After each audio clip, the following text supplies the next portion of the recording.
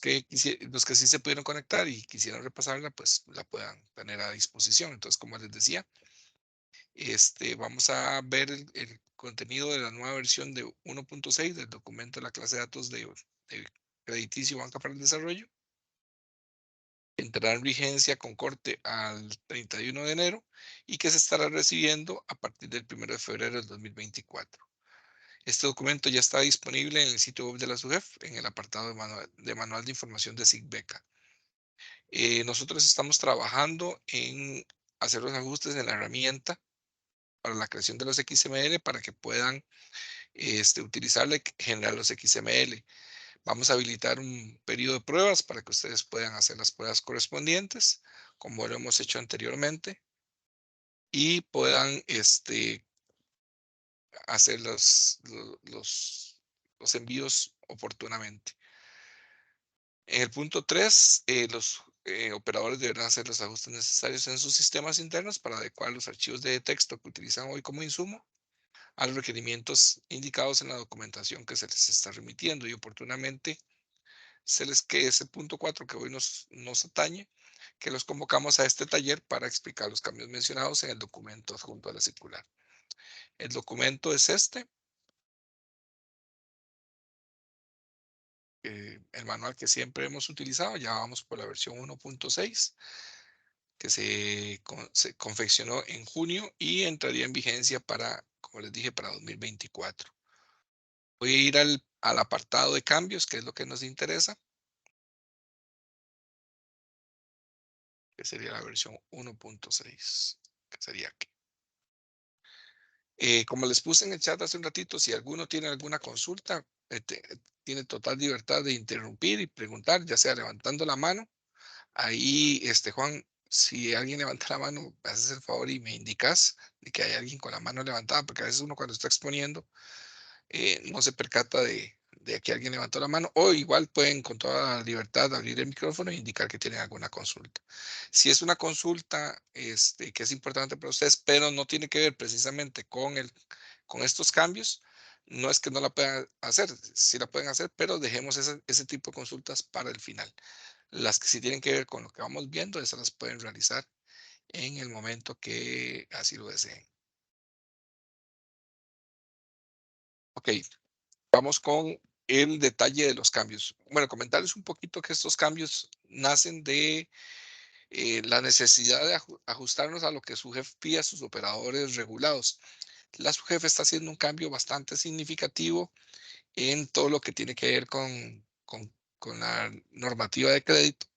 Básicamente, no sé si han escuchado hablar de la famosa norma 105 de la SUGEF, que está vigente desde el año 2005 y queda derogada a partir del 31 de diciembre de este año y se sustituye por la norma 1421, que es la nueva norma de reglamentación de crédito que rige a partir del año 2024 de la SUGEF y que representa o que implica una serie de cambios en la información que se recopila de la cartera crediticia de sus entidades reguladas. Como nosotros consolidamos la información con ellos para nuestros operadores de banca para desarrollo que sí son regulados, entonces esto nos exige hacer algunos ajustes en la información que les pedimos a ustedes a efecto de mantener la comparabilidad de la información y la integración de la información. Los cambios para nosotros, por dicha, no son significativos. Para los operadores regulados sí es un cambio bastante profundo en la información que les están requiriendo. Entonces, básicamente entramos ya en materia. Uno de ellos, o el principal aspecto, es que se agregan dos campos nuevos en la información. Uno en el archivo de deudores, ¿verdad? Que es el archivo 3502, que tiene que ver con la condición especial del deudor. Ahí para algunos deudores ustedes van a tener que indicar cuál es la condición especial de ese deudor. Ya casi vamos a ver de qué se trata. Y el otro campo nuevo que estamos agregando es el ID fondeador. Muchos de ustedes conocen este campo porque nos lo envían en un Excel aparte todos los meses y ya no van a tener que estar enviando a partir del 2024 ese Excel, sino que se va a integrar ese requerimiento de información en la cartera. Y este campo nuevo aplica para todas las operaciones activas del archivo 3503 para identificar cuál es la entidad fondeadora que proviene de los recursos de Banca para el Desarrollo cuando vienen de segundo piso y ustedes utilizan para colocar a los beneficiarios finales. Entonces, hoy ustedes indican el origen de los recursos, pero no quién les está proveyendo los recursos. Ahora van a tener que, además de indicar el origen de los recursos, indicar qué entidad les envió los recursos. Entonces, por ejemplo, para los que usan origen de los recursos de FONADE, van a tener que indicar que el fondeador es el FONADE propiamente, el número de cédula jurídica del FONADE. Para quienes reciben recursos de, por ejemplo, el FCD o el FOFIDE, van a tener que indicar la cédula jurídica, ya sea, bueno, básicamente solo el Banco de Costa Rica provee recursos de segundo piso a los operadores no regulados. Entonces van a tener que indicar que vienen del Banco de Costa Rica. Si más adelante el Banco Nacional o el Banco Popular deciden también colocar recursos de segundo piso, de FCD o de FOFIDE, pues también van a tener que indicar si vienen del Banco Nacional o del Popular. Hoy, como les dije, solamente el Banco de Costa Rica utiliza el esquema de segundo piso en esos dos fondos. Y finalmente, donde tenemos más variedad de recursos de segundo piso es en CREDES. Entonces, ustedes deberán indicar quién les giró a ustedes los recursos que están utilizando para canalizar a beneficiario final. Si los recursos vienen de BAC, si vienen de BCT, si vienen de Improsa, si vienen de Promérica o si vienen de Scotiabank o cualquier otro banco que en el futuro decida trasladarse al inciso WI y decida colocar recursos de banca de segundo piso. Que ahorita hay 6 bancos privados que no se han trasladado al esquema de CREDES y por lo tanto no colocan recursos de banca para el desarrollo, pero eventualmente más adelante podrían haber más actores en CREDES. Vamos a ir a ver cuáles son los campos que se crearon o las tablas asociadas a estos nuevos campos. Entonces les decía que el tipo de condición especial de deudor podría ser estos que están aquí al final. Entonces podrían indicar que el deudor al que le están prestando está en un estado de quiebra, el deudor está en un concurso de acreedores, que sería el código 4, o el deudor declarado o por declarar en liquidación con deterioro irrecuperable de solvencia. Entonces, si algún deudor cumple alguna de estas 3 condiciones, van a utilizar ese código. Si el deudor no cumple con ninguna de estas condiciones, simplemente no llenan ese campo, queda en nulo o en blanco. Ese es el campo de condiciones especiales. Entonces, como ven, es un campo nuevo que se va a agregar en el archivo de deudores y si algún deudor cumple con algunas de estas 3 condiciones, lo llenan y si no, lo dejan en blanco.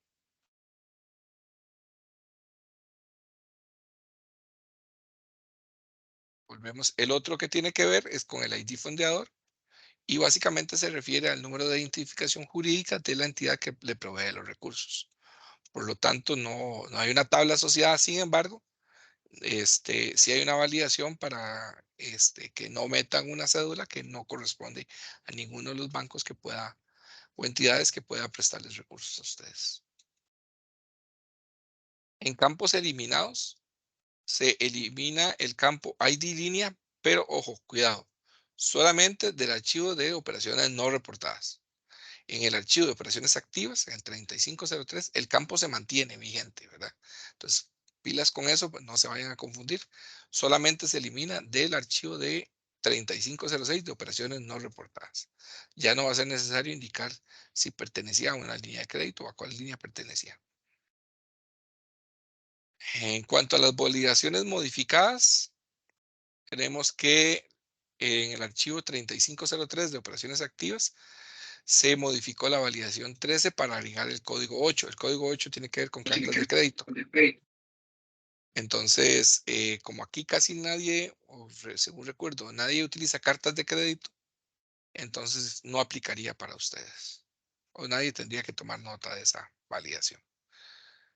Luego la validación 92 también se agregó para impedir que la tasa la tasa TITA que entró en vigencia hace un par de meses, la tasa de ley 7472, utilicen valores negativos. Entonces, eso es una precaución. Obviamente, si ustedes no han reportado valores negativos en esa tasa, no le aplica el cambio. Simplemente, si fueran a reportar una tasa negativa, les va a impedir continuar y tienen que hacer la corrección. Lo mismo se hizo en la validación general número 8, que tiene que ver con esto mismo.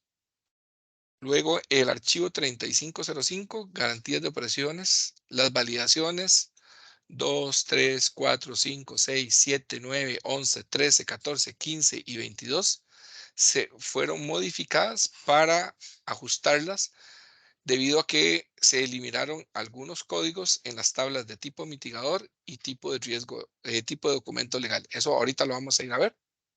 Entonces hubo cambios en esas tablas. Básicamente eliminaron una serie de mitigadores de riesgo y documentos legales que eh, se usan muy poco y si se usan no tienen prácticamente ningún valor. Entonces las excluyeron definitivamente. Y se agregaron nuevas validaciones. Esto para corregir algunos errores que se han venido detectando o para mejorar la información.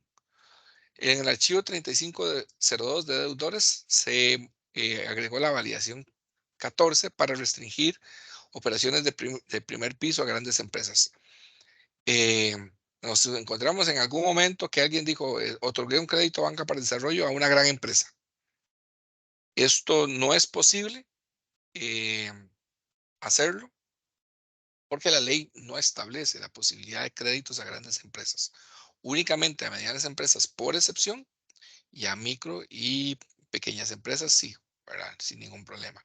Pero a grandes empresas no, ¿verdad? Entonces, esa validación hay que cumplir. Obviamente, como les dije, si ustedes por error hicieron eso, no, ya no podrán hacerlo. Y quienes han venido enviando la información correctamente, esto no les va a aplicar ningún cambio a lo que ya han venido haciendo. Luego, la otra validación nueva es del archivo 3503 de operaciones crediticias, la validación 125, que se agregó para evitar que se reporten operaciones cuya tasa de referencia sea LIBOR, porque esa tasa ya no existe, ya entró en desuso. Creo que hasta el 30 de junio estuvo vigente y a partir del 1 de julio ya esa tasa no se puede utilizar. Pero como ustedes, los operadores no regulados, ahora revisé y ninguno coloca créditos en moneda extranjera, entonces no va a tener ninguna implicación este cambio. Luego el archivo 3503, también de operaciones crediticias, se agregaron las validaciones 126 y 127 para establecer a cuáles operaciones sí se les debe reportar el campo IT fondeador y a cuáles no. A cuáles sí se les debe reportar a todas aquellas operaciones que sean a beneficiario final, que provienen de recursos recibidos de banca de segundo piso, ya sea del FONADE, del FCD, del FOFIDE o de CREDES, ¿verdad? Y los créditos que no son a beneficiario final, que ustedes no los utilizan, no deben de reportarse ese campo ID fondeador. Esos créditos los utilizan las entidades que le giran créditos a ustedes. Entonces, por ejemplo, el FONADE, que le da un crédito, por ejemplo, a Sopro San Ramón, no está obligado a llenar el ID fondeador. ¿Por qué? Porque ellos son los fondeadores. No tiene sentido incluir ese campo en esos créditos de segundo piso. Finalmente, dentro de esas validaciones nuevas, se agregaron las validaciones 26, 27, 28, 29, 30 y 31 del archivo 3505 de garantías de operaciones para asignar los códigos de documento legal permitidos y los códigos de tipo mitigador debido a las modificaciones realizadas en ambas tablas asociadas. Asimismo, se agregó la validación 32 para evitar que reporten fechas de constitución de garantías posteriores a la fecha de corte de la información. No es, no, o sea, no es lógico que una garantía se constituya después de la fecha de corte, ¿verdad? Porque nos estamos informando cosas que han pasado, no cosas que van a pasar. Luego, dentro de las validaciones eliminadas, tenemos en el archivo 3505, que es de garantías de operaciones, que se eliminaron las validaciones 10, 12 y 16 debido a las modificaciones realizadas en las tablas de mitigador de riesgo y documento legal. La validación 10 de estas tres que tenemos aquí, la validación 10 se desglosó en 4 nuevas validaciones, que son de la 27, perdón, a la 30. Tablas modificadas, que como les he venido indicando, hubo modificaciones en las tablas de mitigador de riesgo y en las tablas de documento legal. ¿En qué consisten esas modificaciones? Bueno, básicamente que se incluyeron 3 nuevos códigos del 39 al 41 en la tabla de mitigador de riesgo y se eliminaron los códigos 0, 20, 22, 23, 27 y 28. ¿Qué significa esto? Bueno, veámoslo más claramente aquí. El código 0, que es un no mitigador, ya no se puede utilizar. El código 20, que eran documentos que para a una carta de crédito de importación confirmada e irrevocable, ya no se puede utilizar. El código 22, facturas cedidas cuyo obligado esté en categoría de riesgo A1 que establece el reglamento de crédito, ya no se puede utilizar. Asimismo, el 23, facturas cedidas cuyo obligado esté calificado en comportamiento pago histórico como nivel 1. El código 27, carta de crédito exportación, y el código 28, facturas cedidas cuyo obligado esté en categoría de riesgo A2 que establece el reglamento de crédito. Entonces, como se eliminaron estas, se crean unas nuevas que las sustituyen. Por ejemplo, estas que tienen que ver con facturas, la 23 y la 28.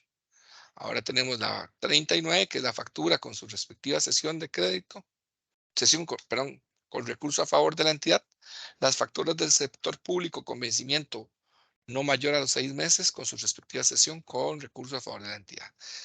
¿Qué significa esto? Que si es una factura del sector público con vencimiento mayor a 6 meses, entonces ya no es un mitigador de riesgo. No se puede reportar. Solamente aquellas que tengan un vencimiento no mayor a los 6 meses. La factura emitida por una persona jurídica del sector privado con su respectiva sesión con recurso a favor de la entidad, esta también es una nueva. Y los instrumentos de capital no inscritos en una bolsa de valores. Esos son este, los nuevos códigos de mitigador de riesgo que son aceptados y los que fueron excluidos. Y en documento legal tenemos los siguientes cambios. Ya no se permite utilizar el código 0, de no aplica. Y se eliminaron aquellos documentos legales de un grado mayor al segundo grado. Básicamente lo que se están diciendo es, yo le acepto como mitigador si el documento se recibió en primer o segundo grado. Usted puede recibir en tercer grado si usted quiere. No, no estamos diciendo que no se puede. Simplemente que no se lo acepto como mitigador de riesgo. Recuerden para qué era mitigador de riesgo, para disminuir las estimaciones que se hacen por incurabilidad. Entonces, por ejemplo, no tienen que reportar. Si ustedes quieren recibir, pueden recibir, pero ya no tienen que reportar las hipotecas de tercer grado o un grado mayor al tercero.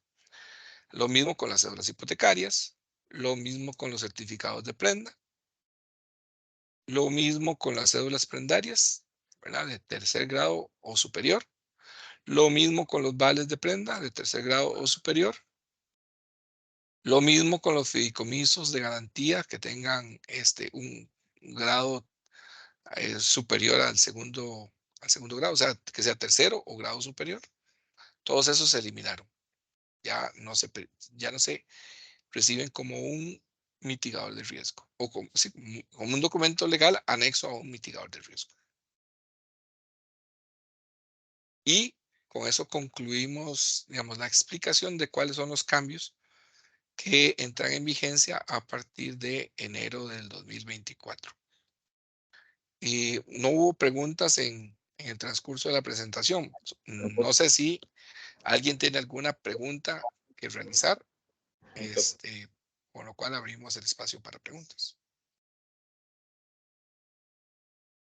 Hola, buenos días. ¿Me Buenos escuchan ahí? días. Sí, adelante, ¿Cómo don les va? Ronald, ¿cómo le va? Bien, por dicho. Buenos días para todos. Em, Tengo una consulta. 2 meses atrás, cuando estábamos hablando de la tita, usted nos mencionó que venía un cambio bastante grande para, para esta época, bueno, para el año entrante. No sé si estamos hablando de que es este o aún queda otro por venir. Es este, es este, Este. correcto. Ok, ok. Ujú. Listo. Bueno, como ven, Perfecto, como vieron, gracias. al final no fue tan grande. Aparentemente no. Hay algunos indicadores que creo que van a impactar no solamente al momento de exportar datos, sino hay que tener esos indicadores en los sistemas actuales, ¿verdad? Ujú, Pero sí, a nivel de cambio no pareciera ser tanto.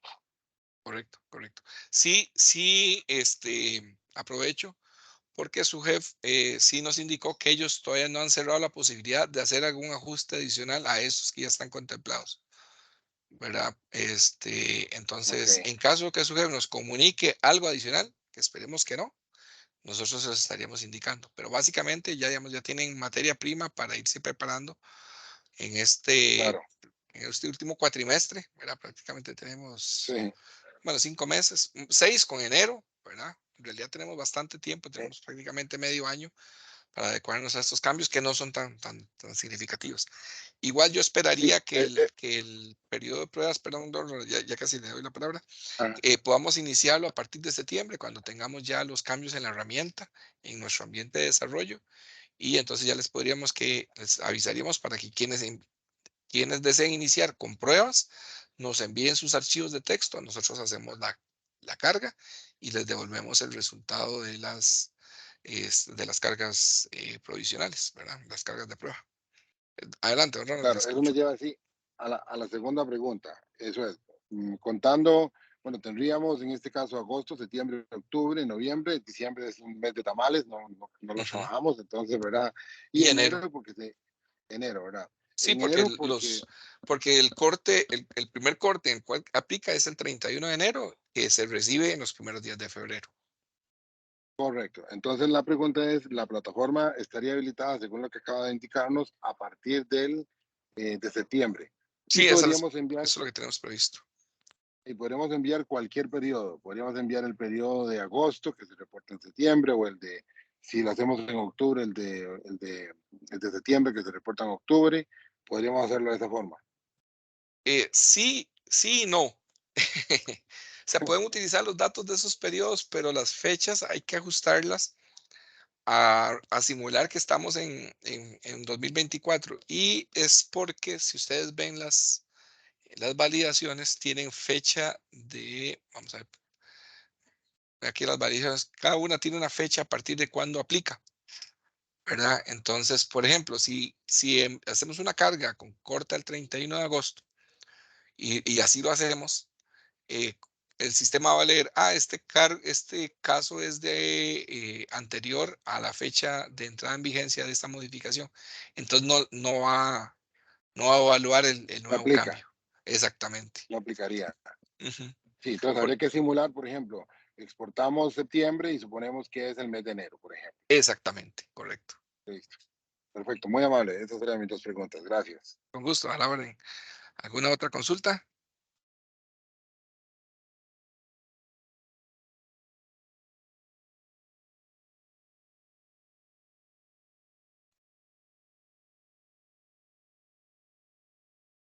¿No hay consultas Don, don- adicionales? don Alexander, solo una Sí. última que acabo de tener presente.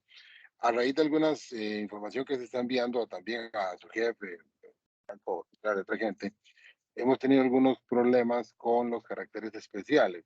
Háblese Ajá. de ñes, no sé, tantas cosas de estas ahí, ¿verdad? En este caso, digamos, esto aparentemente no ha impactado, no ha llegado todavía a los archivos que nosotros les enviamos a ustedes. No Ujú, estamos claros si es que ustedes los ajustan al momento de crear los XML, ¿verdad? O si más bien eso deberíamos ir tomando una política como de ir quitando esos caracteres especiales o no les afecta en el caso de ustedes, o ustedes los ajustan para el caso del Banco Central y CIPEC y todo este tipo de cosas. ok. como los archivos que nosotros recibimos prácticamente solo tienen códigos, no tienen descripciones, ¿verdad? No tenemos ese tipo de inconveniente. Sin embargo, también hay, El del padrón sí okey, tiene datos.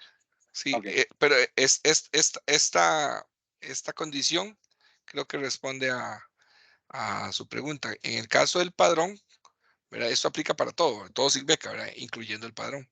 Cuando se trate de nombre y apellidos de personas físicas y razón social, no deben llevar tildes ni caracteres como los slash, ¿verdad? El numeral o porcentaje para indicar una letra ñ. Además, no deben contener caracteres como puntos ni doble comilla. La restricción para la ñ aplica únicamente para nombres y apellidos y razón social. Entonces, pueden usar la gracias. ñ. Si no se las permite, ponen una N en lugar de la ñ, pero no pueden utilizar esos caracteres especiales. Listo, muchas gracias. Con gusto.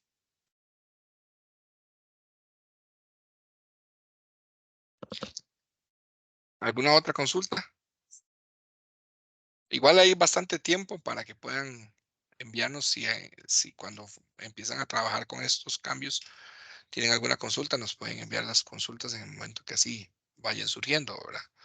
Afortunadamente tenemos, como siempre nos gusta trabajar con suficiente antelación y no como nos pasó con la última que fue un tanto atropellado que nos hicieron correr con la implementación de la tasa TITA, ¿verdad? Que tuvimos que salir allá atropelladamente por un factor externo a nosotros. En esta sí tenemos inclusive un poco más de holgura que en cambios anteriores. Generalmente nos tomamos 3, 4 meses antes. Aquí estamos hablando de 6 meses, casi 7, si tomamos en cuenta la fecha en que enviamos la circular. Entonces tenemos bastante holgura para hacer los cambios que creíamos que iban a ser un poco más fuertes, pero ya después de la revisión completa del documento de la SUEF que aplica para los operadores supervisados, afortunadamente para nosotros no fue tan drástico el cambio.